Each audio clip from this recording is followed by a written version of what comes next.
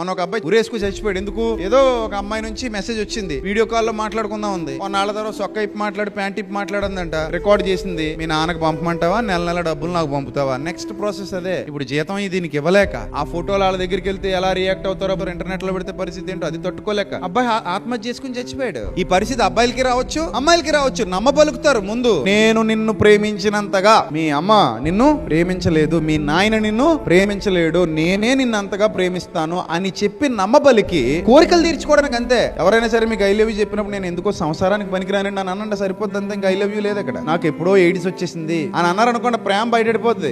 మళ్ళీ నీకు love letter రాదు. అదే నీకు ఎయిడ్స్ వచ్చినా మీ అమ్మా నాన్న నిన్ను ప్రేమిస్తారు, నీకు ఎయిడ్స్ వచ్చినా మీ అమ్మా నాన్న నీకు మందు లేపిస్తారు. ఇక్కడే నీకు అర్థం అవ్వాలి, అది యవన మాయ, యవనంలో ఉండే మాయ అంతే. అది ఆ మాయ కొన్నాళ్ళు ఉంటది, ఆ తర్వాత తగ్గిపోద్ది.